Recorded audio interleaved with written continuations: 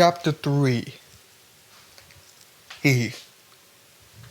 The Rise of the King. And at this time, I started beginning time at Kyle Elementary and stuff. It was a very difficult years and stuff. And at this time, I began experiencing blindness. And so I had to get glasses and stuff. This was a really important time. The time that would define you between being a man or being a pussy. And if you ain't got the crew down, then you didn't know where to begin.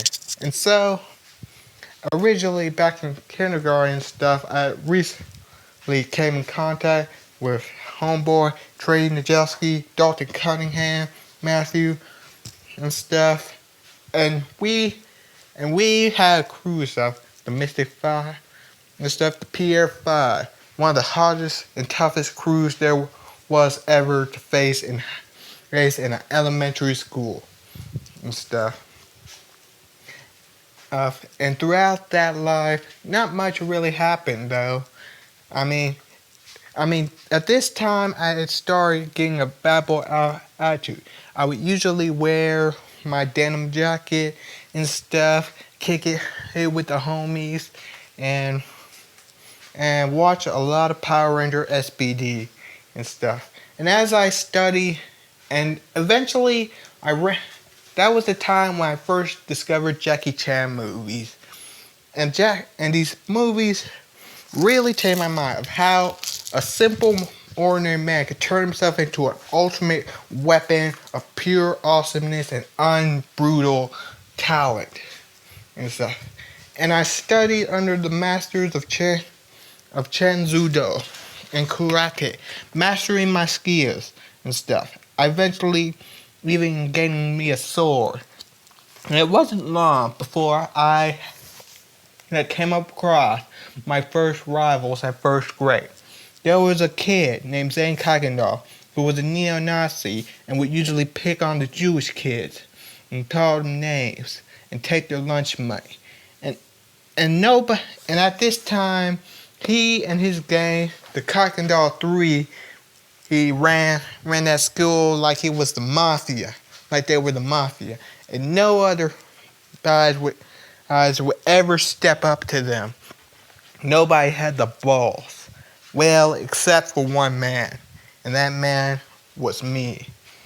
So after mastering my martial arts and stuff, there came a time when my friends Trey, Matthew, Tyler, and stuff ran to me asking for their help. And Zane was behind them, calling them all them racist Jewish name making anti-Semitics. And I stood up and I said, "Hey you!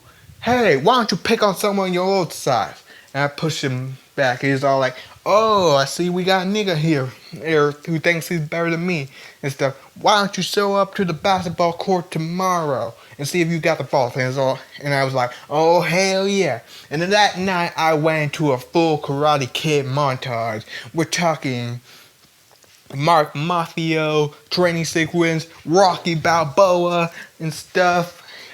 Dun, dun, dun, dun, dun, dun, dun, dun, you know what I'm talking about. And so, the next day, as I faced my challengers, we stood on the basketball court. 2 men, one good, one evil. And as the winds carried me, I could feel the electric pulse in my fist. And as I charged over to him, he ducked it, I blocked it. We were doing it like Goku versus Piccolo or Cell or something like that. Like Dragon Ball Z, you could barely even see our punches and everything. We were moving, and you know what? I never felt more alive in that moment. And as I knocked him down, you could feel the earth tremble, the earthquake and the motion, the ninjas, the steels, and the Power Ranger flowing through our veins. I was going, "Hey-ya, watch out." He was landing them punches harder and harder and harder and stuff. As my friends cheered on, it was like watching a live action anime and stuff. And as I laid that final blow, I crane kicked that kid so hard his jaw knocked. And as he lay on the ground, I was about to deliver the final blow. But suddenly they stopped. And I realized that even though he was a dick and a bully, he was still a man and stuff. And if I had finished it, I'd be no better than him.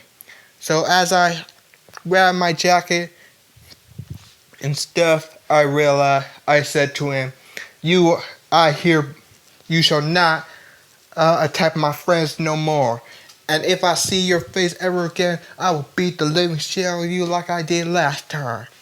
Now get the hell out of here. And as we walked off of that basketball court and stuff, my friends lifted me in the air, hiding, chanting my name and everything. And throughout this time, I realized that through my elementary, I was about to experience one of the greatest years of my life, which I would later write into comic books that you would know today. And little did I know that this would evolve into me here with my years in Christology. And so I made my name as the bully Slayer. And end of story.